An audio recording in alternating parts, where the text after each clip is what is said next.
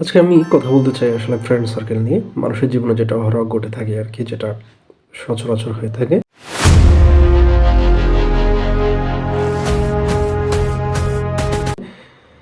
মানুষের সবার জীবনেই বিশেষ করে যে একটা ফ্রেন্ড সার্কেল তৈরি হয়ে যায় সেই ছোট্টবেলা থেকে, একেবারে শিশু-কৈশোর থেকে শুরু হয়ে যায় বা স্কুল লাইফ, কলেজ লাইফ এবং ভার্সিটি লাইফ। কর্মজীবন পর্যন্ত একটা বন্ডিং তো থেকেই যায় বা হয় আরকি যেটা।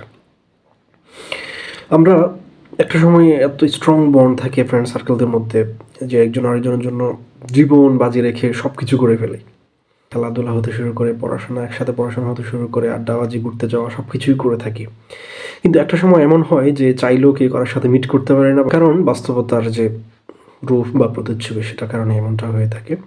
সবাই সবার মতো করে কর্মে ব্যস্ত। একেকজন একেক জায়গায় থাকে। কেউ কারো খবর নেওয়ার সময় থাকে না। পরিবার নিয়ে ব্যস্ত। এমনটাই হয়ে থাকে। ঠিক আছে? চাইলেও আপনি আপনার ফ্রেন্ড বা ফ্রেন্ড সার্কেলে কারো সাথে দেখা করতে পারছেন না সময় মতো। জীবনটা আসলে এরকমই হয়ে যায়। এমন কিছু মানুষ থাকবে যারা জীবন দিয়ে হলেও আপনার জন্য কিছু করার চেষ্টা করবে বা করে থাকে।